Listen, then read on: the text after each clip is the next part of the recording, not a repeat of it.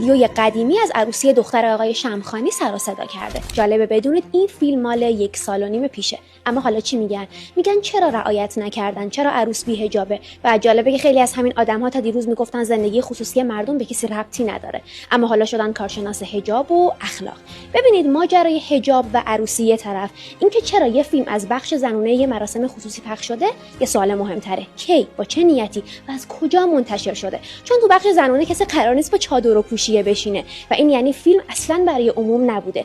حالا انصافا بله حق مردمه که از مسئولاشون انتظار سادگی داشته باشن، مخصوصا تو شرایط سخت اقتصادی، اما هزینه مراسم با داماد نه پدر عروس. فیلم هم که واضحه بدون اجازه گرفته شده و وقتی یه حساب اسرائیلی منتشرش میکنه یعنی قصه فقط یه عروسی نیست. حالا هدف چیه؟ تحریک احساسات، زدن چهره مسئول و دامن زدن به شکاف‌ها. دقیقاً همون کاری که رسانه‌های معاند سال‌هاست دارن میکنن. خلاصه که همیشه واقعیت اون چیزی نیست که توی ویدیوی 2 دقیقه‌ای میبینیم.